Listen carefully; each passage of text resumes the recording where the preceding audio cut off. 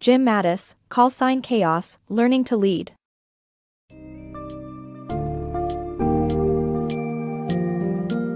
Get ready to dive into the adventurous and thrilling journey of Jim Mattis, as he discovers his calling in the military and ventures through action-packed scenarios across the world. In Callsign Chaos, Learning to Lead, Mattis outlines the key concepts of competence, care, and conviction to become an effective leader. From the war in Vietnam to the Gulf War and the invasion of Afghanistan, the book provides a snapshot of the challenges faced by military leaders, political decisions made, and the repercussions that follow.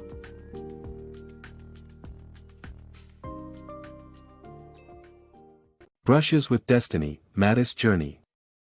In 1971, a near-death experience during a hiking trip made Jim Mattis realize his calling was to become a United States Marine. Raised in Richland, Washington, Mattis was exposed to military influence from an early age, as his town played a vital role in the Manhattan Project. His parents fostered his adventurous spirit. However, during college, he struggled academically and had disciplinary issues. It was during his Marine officer candidates training that Mattis discovered a sense of purpose and ultimately chose a career in the Marines. In the chilly winter of 1971, Jim Mattis, a recent history graduate with an adventurous spirit, had a close call with fate. While on a hiking expedition in Washington state, Mattis found himself plummeting down an icy ravine overlooking the Columbia River, narrowly escaping what could have been a fatal accident with only a few broken ribs. Recalling words of wisdom from a Vietnam veteran he met during his training at Marine Officer Candidate School, Mattis realized he didn't have control over when he would die, but he could choose how he faced death. This epiphany led him to embrace a career among resilient and courageous individuals like the veteran who inspired him. For Mattis, the Marines symbolized two crucial elements, duty and adventure. Growing up in Richland, Washington, which had strong connections to the Manhattan Project and World War II, he was heavily shaped by the military presence and the sense of patriotism instilled in his community. Mattis' parents encouraged his adventurous side, sharing their extensive library and allowing him to explore the American West on hitchhiking trips. Although Mattis struggled academically during his college years at Central Washington State College, his officer training in Quantico, Virginia provided him with the sense of purpose that was missing from his college experience. He was challenged physically and mentally but remained adamantly determined to succeed. When urged by his instructors to quit, Mattis resisted, and even after witnessing more than half of his classmates fail, he persisted in the face of adversity. It was in that icy ravine that Mattis discovered his true calling, serving as a United States Marine, and embraced the path that would shape the rest of his life. Foundations of Effective Leadership. As a Marine officer, Mattis learned the importance of competence, care, and conviction in leadership. With 7 months of basic infantry training, Marine officers are prepared to lead by example. They are, first and foremost, riflemen. During the 1970s, the military faced challenges such as drug use, racial tension, and disciplinary issues. Officers following in Mattis' footsteps must excel in fundamental skills like running, marksmanship, and strategic thinking to gain respect from their soldiers. However, competence alone isn't sufficient. An officer must also show genuine care, helping subordinates develop into effective team members while not crossing into the realm of friendship. Lastly, conviction is essential. Officers should display unwavering commitment to their principles, applying rules consistently and fairly for all. This combination of qualities will earn the trust and loyalty of those under their command and lead to successful leadership. Swift liberation in Kuwait. Earning the title of a totus porcus Marine after 18 years in the military, Lieutenant Colonel James Mattis was given command of the 1st Battalion of the 7th Marine Regiment in 1990. Following Saddam Hussein's invasion of Kuwait, the First Gulf War began with the U.S. joining forces to protect Kuwait. The 1st Battalion was tasked with breaching Iraq's defenses, enabling over 20,000 U.S. troops to advance without a single Marine casualty. Future U.S. wars would not replicate the swift success of the First Gulf War. A military man through and through, James Mattis reached the distinguished rank of lieutenant colonel and led the 1st Battalion of the 7th Marine Regiment. His experience and grit would soon be tested when the Iraqi dictator Saddam Hussein invaded oil-rich Kuwait, mistakenly thinking no outside force would intervene. However, President George H.W. Bush swiftly denounced the invasion, leading the U.S. into the First Gulf War. In response to the escalating conflict, Mattis' regiment was assigned a crucial mission, to breach Iraq's heavily fortified defenses and clear the path for the U.S. Army to advance. Under his command, the 1st Battalion was composed of 1,250 Marines and 18 tanks, with the practice drills concluding in a mere 21 minutes. This number drastically dropped to 11 minutes during the actual assault on February 24, 1991. Mattis, witnessing from his command vehicle, saw his Marines cutting swiftly through the Iraqi defenses. Their intense preparation paid off as Iraqi resistance crumbled, with more persistent units destroyed by artillery fire and air support. Mattis' efficient planning and execution facilitated over 20,000 U.S. troops to storm through the established corridor. Within 3 days, Saddam Hussein's forces were in disarray, attempting a retreat. By February 28, Kuwait had been liberated without losing a single Marine from Mattis' unit. The First Gulf War demonstrated the U.S. military's effectiveness in achieving clear objectives, a stark contrast to the turbulent conflicts seen in later U.S. wars. Swift strike against terrorism. On September 11, 2001, as the tragedies unfolded in New York, Mattis, the deputy commander of 1 Marine Expeditionary Force, 1 MEF, correctly identified al-Qaeda as the culprits. When the U.S. initiated airstrikes against al-Qaeda and the Taliban, Mattis and his Marines sought an opportunity to join the fight. Despite skepticism from General Franks, Mattis partnered with Vice Admiral Moore. Together, they devised a daring plan to transport 4,000 Marines over Pakistani airspace to establish a new front in the war against terrorism. September 11, 2001, began routinely for Mattis, deputy commander of the 1 Marine Expeditionary Force, 1 MEF. While en route to Camp Pendleton, news broke of a plane striking the World Trade Center in New York. Mattis immediately understood these events were acts of terrorism, the result of al-Qaeda's declaration of war against the United States. This group relentlessly targeted objectives in Africa and the Middle East. The relationship between Osama bin Laden, al-Qaeda's leader, and Mullah Omar, Afghanistan's Taliban government head, was well known in American intelligence circles. Thus, President George W. Bush ordered airstrikes against them on October 7, 2001. 1 MEF was consequently placed on a war footing, stationed in Egypt anticipating further directives. Eager to seek retribution for the September 11 victims, Mattis Marines encountered resistance from America's top general, Tommy Franks. Franks, expressing his doubts about the tactical involvement of the Marines, argued that Afghanistan's geography didn't suit sea-focused forces. Mattis countered that the Marines' cutting-edge helicopters allowed them to land troops and establish bridgeheads, regardless of topography. Despite their argument falling mostly on deaf ears, a crucial ally emerged, Vice Admiral Willie Moore, commander of the U.S. Navy's Fifth Fleet in the Persian Gulf. Moore noted that relentless airstrikes were driving the Taliban and al-Qaeda forces towards Kandahar, Afghanistan's second-largest city. Rapid action was needed to prevent these forces from reinforcing Kandahar, which would have intensified future operations against them. Acting in concert, Mattis and Moore developed a daring, albeit difficult, plan that mobilized 4,000 Marines across Pakistani airspace to land at a designated location southwest of Kandahar called Rhino. This rapid deployment allowed them to open a new front in the escalating war against terrorism, advancing swiftly and decisively in the fight against al-Qaeda and the Taliban. Camp Rhino and a missed opportunity. In November 2001, General James Mattis led a historic amphibious assault to establish Camp Rhino in southern Afghanistan. The mission was a devastating blow to al-Qaeda and the Taliban, but a missed opportunity arose when Mattis Marines were ordered not to pursue Osama bin Laden, who was hiding in the Tora Bora cave complex. Standing on the deck of a helicopter carrier near the Pakistani coast in November 2001, General James Mattis witnessed Marines preparing for a groundbreaking mission in the depths of the Arabian Sea.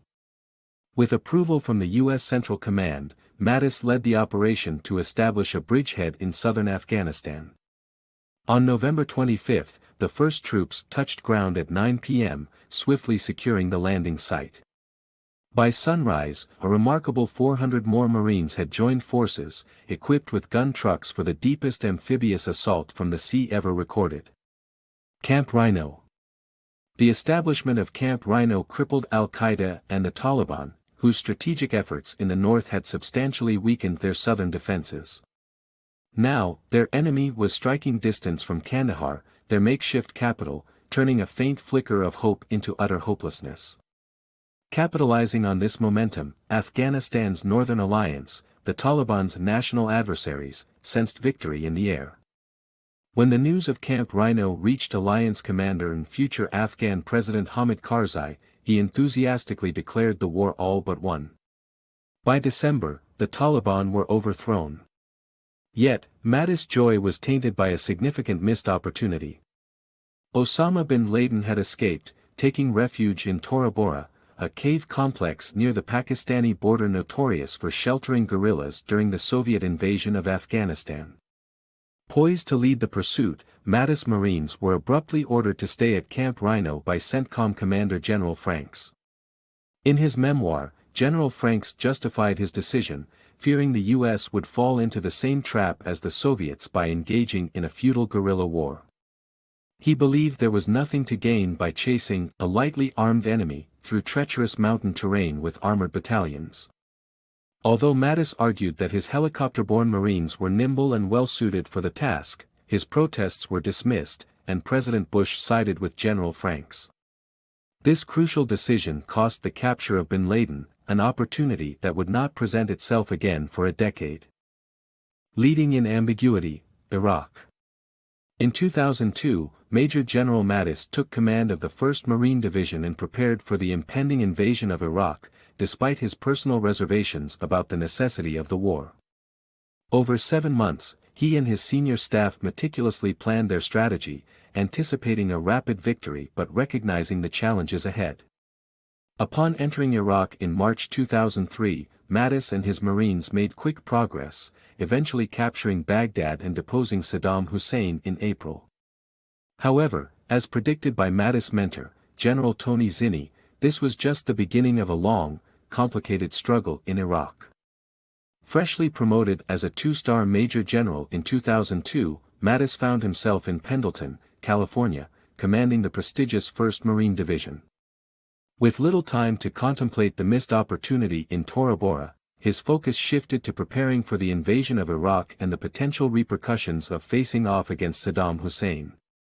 Although Mattis had concerns about the rationale for war, he knew that as a military officer, his duty was to execute the decisions made by elected politicians, regardless of his personal beliefs. To ensure the success of the mission and the safety of both his Marines and the Iraqi people, Mattis collaborated with his senior officers over 7 months, producing intricate war games and battle strategies. These simulations focused on both military objectives and the delivery of humanitarian aid to civilians once the fighting ceased. As the invasion commenced in March 2003, Mattis was prepared for a swift victory. His Marines advanced quickly, encountering significant resistance only when they reached Baghdad. Within weeks, Saddam Hussein's regime had crumbled, and the U.S. military controlled most of Iraq. But much like Mattis' mentor, General Tony Zinni, had forecasted, the challenges in Iraq were far from over. The rapid military success would be followed by an extended and complex struggle to bring stability to the region.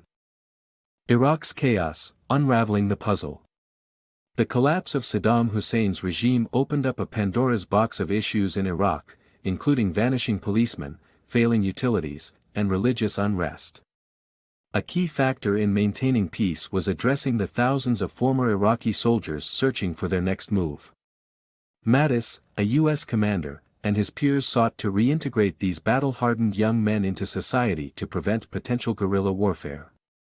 However, the U.S.-led Provisional Authority led by Paul Bremer stepped in, disbanding the Iraqi army altogether and banning Ba'ath Party members from public office, including those who joined out of opportunity rather than loyalty.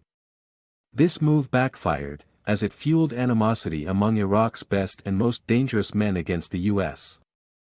Additionally, military commanders were caught in a whirlwind of changing orders regarding local elections. Initially tasked with preparing for elections, the Provisional Authority unexpectedly pushed for immediate elections, only to postpone them later on.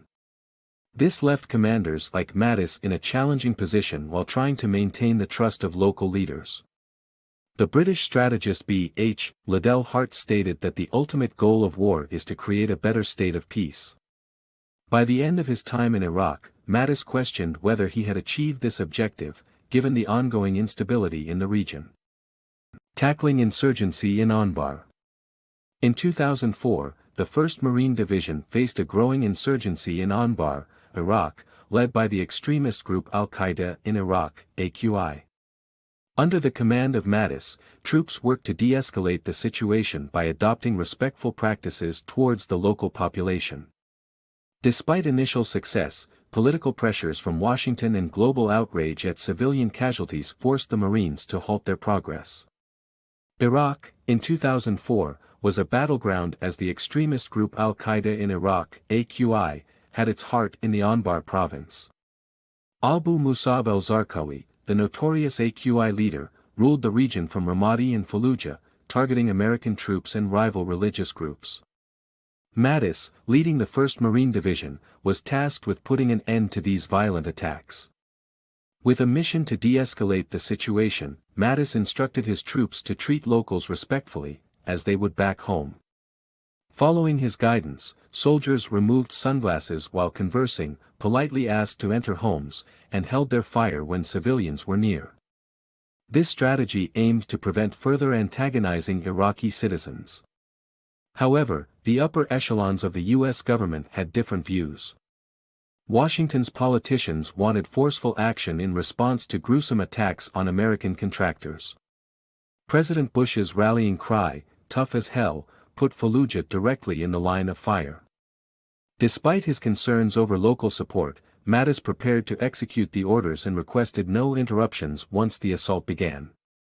On April 4, 2004, Marines moved on Fallujah, igniting battles across Iraq. Media coverage exposing civilian casualties led the United Nations to threaten withdrawal from Iraq, a move only avoidable by ceasing the offensive. By April 10, the 1st Marine Division had the insurgents on the ropes, and Mattis believed he could eliminate Zarqawi. Unfortunately, he received orders to stand down, leaving the war in Iraq far from over. The Anbar Awakening. In 2006, in the midst of a worsening political situation and doubts regarding the success of the Iraq War, Mattis took charge as the commander of the 1 Marine Expeditionary Force, resolved to disprove the naysayers. The Anbar province was plagued by the presence of AQI, which not only jeopardized American soldiers but also the local tribes.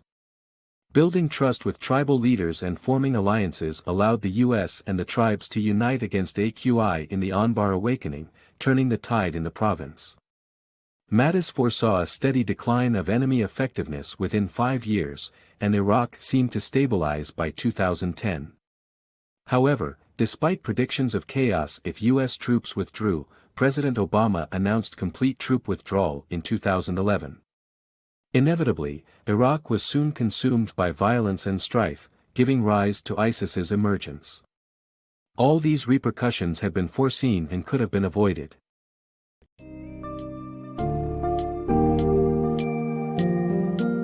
In conclusion, Call Sign Chaos, Learning to Lead, highlights the remarkable story of Jim Mattis, a man who found his life's purpose in the military and fought in key conflicts around the globe. Throughout the book, readers get a glimpse into the astounding impact of decisions made by politicians, illuminating that sometimes even the best-intentioned plans have unintended consequences. As a testament to Mattis' leadership ability, his passion for competence, care, and conviction serve as essential takeaways for readers looking to understand the art of leadership and the complexity of global military strategies.